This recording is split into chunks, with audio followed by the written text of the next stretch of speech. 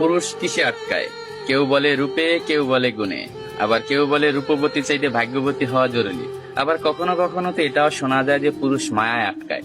আসলে পুরুষ আটকায় কিসে? এক দেশের এক রাজা ছিল। তার এত ধন সম্পত্তি থাকা সত্ত্বেও তার জীবনে মনে হচ্ছে ভালোবাসার অভাব। তাকে একা একা বোধ হচ্ছে। তাই সে আর এক দেশের এক রাজকন্যাকে বিয়ে করে আনলো। বিয়ে করে আনার পরও তার মনে হচ্ছে তার জীবনে ভালোবাসার অভাব। সে আরো একটা বিয়ে করলো, কিন্তু তারপরও তার মনে হচ্ছে জীবনে ভালোবাসার অভাব। ভালোবাসার অভাব মিটাতে যাইয়া একটা না, দুইটা না, তিনটা না, সে 9টা দেশের রাজকন্যাকে বিয়ে করলো। তার এখন 9টা বউ। তারপরও তার মনে হচ্ছে জীবনে ভালোবাসার অভাব।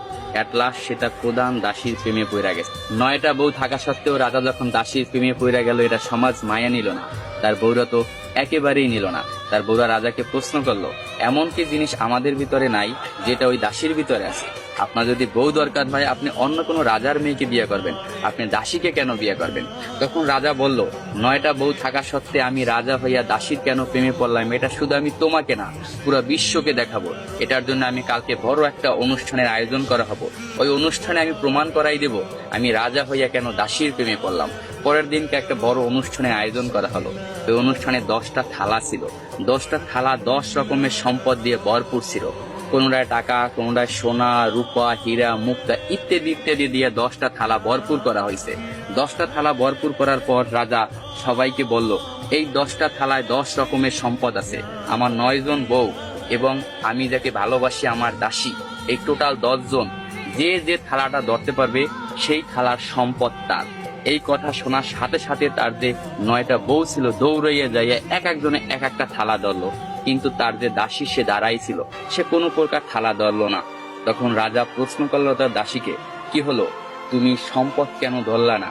আমি তো বইলাই দিছিলাম যে যে যে থালা ধরতে পারবে সেই থালার সম্পদ তার। তখন দাসী বলল, কে বললো আমি ধরি নাই? আমি তো আমার সম্পদ ধরেই দাঁড়াই রয়েছি। রাজামশাই, আপনি ভালো করে তাকাইয়ে দেখেন, আপনার জামা আমার হাতে ধরা। আমি আপনার জামা দইরা বইছি। আমার কোনো ধন সম্পদ চাই না, আমি আপনাকে চাই। আমি যদি আপনাকে পাই, এরকম ধন সম্পদের আমার অভাব হবে না। আমি কিছুই চাই না, শুধু আপনাকেই চাই। আমি তাই আপনার জামা দইরা দাঁড়াই রয়েছি। তখন রাজা অস্ত হাসিতে হাইসা পড়লো এবং সবাইকে বলল, দেখো রাজদরবার বাসীরা, তোমরা সবাই দেখো, রাজার 9টা বউ থাকা সত্ত্বেও রাজা কেন দাসীর প্রেমে পড়ছিল। আসলে পুরুষ কখনো টাকা, পয়সা, রূপ, যৌবনের মায়ায় পড়ে না। পুরুষ আটকে যায় নিঃস্বার্থ ভালোবাসা। পুরুষ তাই নিঃস্বার্থ ভালোবাসা। পুরুষকে যে নিঃস্বার্থ ভালোবাসবে, পুরুষ তারই হবে, শুধুই তার।